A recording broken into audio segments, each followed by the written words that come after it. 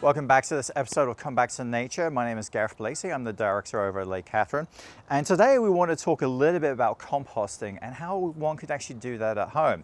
A lot of people are kind of intimidated by the idea of it and what actually to do. And sometimes I think some people make it a little bit more complicated than it actually has to be. I do composting at home, and so that means I don't have like an industrial composter, so I have to only put certain things into it.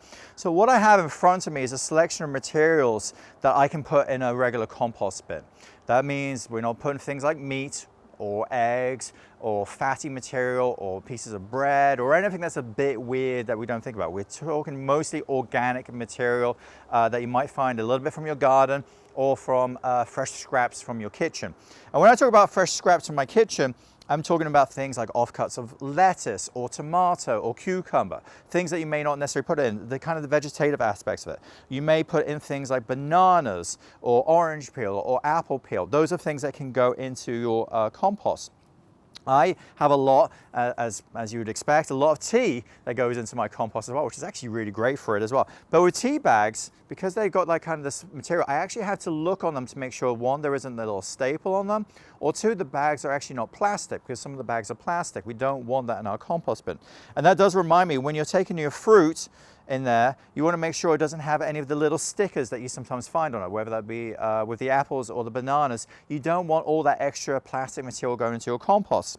So that's a lot of material that goes into my compost at home.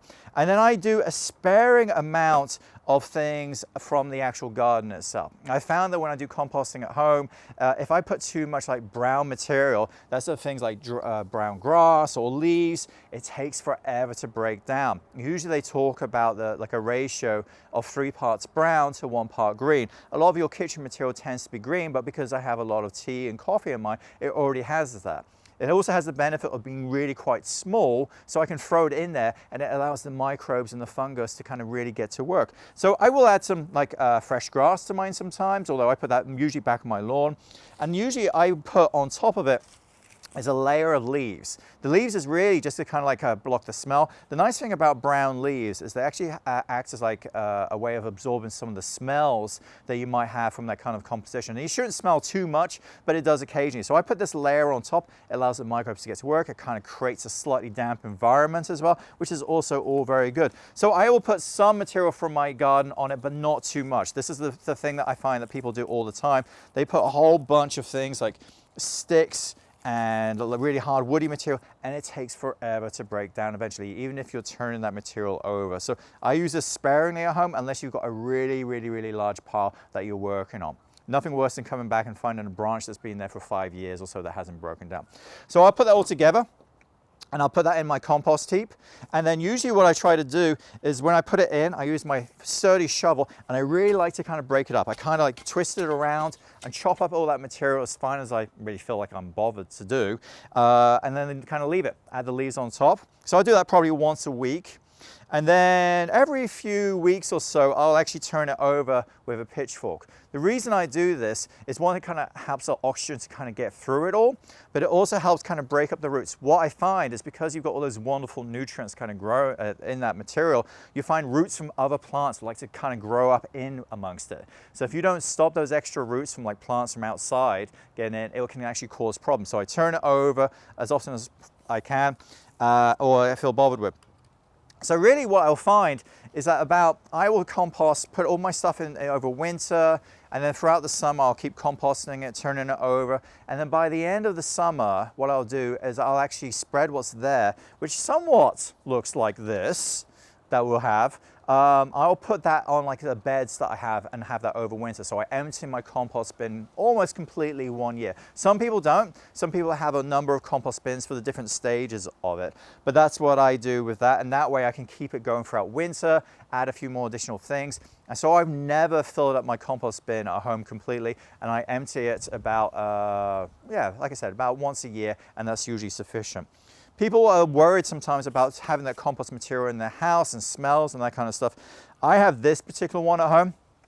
What I like about it, it has a carbon filter on it. That carbon filter kind of stops any of the stinky smells that you might have. So I'll fill this material up from kitchen scraps, and that will fill up for about a week, and then I empty it every week, and that's about good for me, and we're a household of 2. So that works for me. I have this one at work. Sometimes it gets a bit fruit fly-ish, so it's not ideal. And I think that's more my laziness more than anything else. But we also should be emptying this about once a week, and it helps keep those additional things down as well.